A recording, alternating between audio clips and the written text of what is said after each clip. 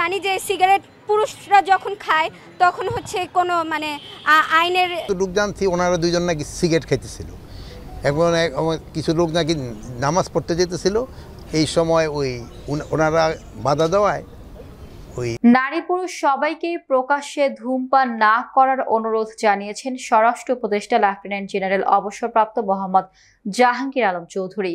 রোববার সন্ধ্যায় রাজধানীর মিরপুর পুলিশ লাইন পরিদর্শন শেষে সংবাদ ব্রিফিংয়ে তিনি এই অনুরোধ জানান। এ সময় তিনি ব্যবসায়ীদের প্রতি রমজানে নিত্য প্রয়োজনীয় জিনিসপত্রের দাম না বাড়ানোর অনুরোধ জানান। উপদেষ্টা বলেন, অন্যান্য ধর্মাবলম্বীরা তাদের ধর্মীয় অনুষ্ঠানের সময় জিনিসপত্রের দাম কমিয়ে দেয়।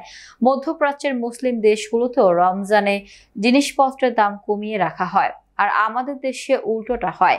রমজানের সময় ব্যবসায়ীরা জিনিসপত্রের দাম বাড়িয়ে দেয়। তিনি বলেন, আমি ব্যবসায়ীদের অনুরোধ করব তারা যেন এই সময় জিনিসপত্রের দাম না বাড়ায়।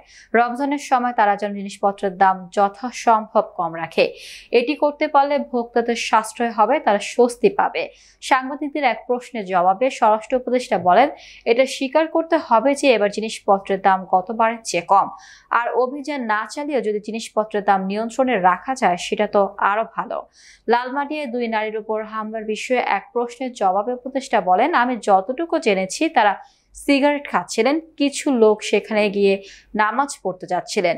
তিনি বলেন, পাবলিক প্লেসে ধূমপান নারী পুরুষের উভয়ের জন্যই অপরাধ, তাই সবাইকেই অনুরোধ করব কেউ যেন উন্মুক্ত স্থানে ধূমপান না করেন। উপদেষ্টা আরো বলেন, রোজার সময় সবাইকে একটু সংযমী হতে হবে, আর আমাদের ধর্ম উপদেষ্টা সবাইকে অনুরোধ করেছেন রমজানে দিনের বেলা বাইরে যেন কেউ খাবার না খায়, এটা করলে রোজাদারদের সম্মান করা হয় না। তিনি এর আগে পুলিশ লাইনে পাবলিক অর্ডার ম্যানেজমেন্টের ব্যারাক পরিদর্শন করেন। উপদেষ্টা এই সময় বলেন, রমজানের সময় ব্যারাকের পুলিশ সদস্যদের জন্য প্রাপ্য খাবারের চেয়ে বেশি খাবার দেয়া হয়।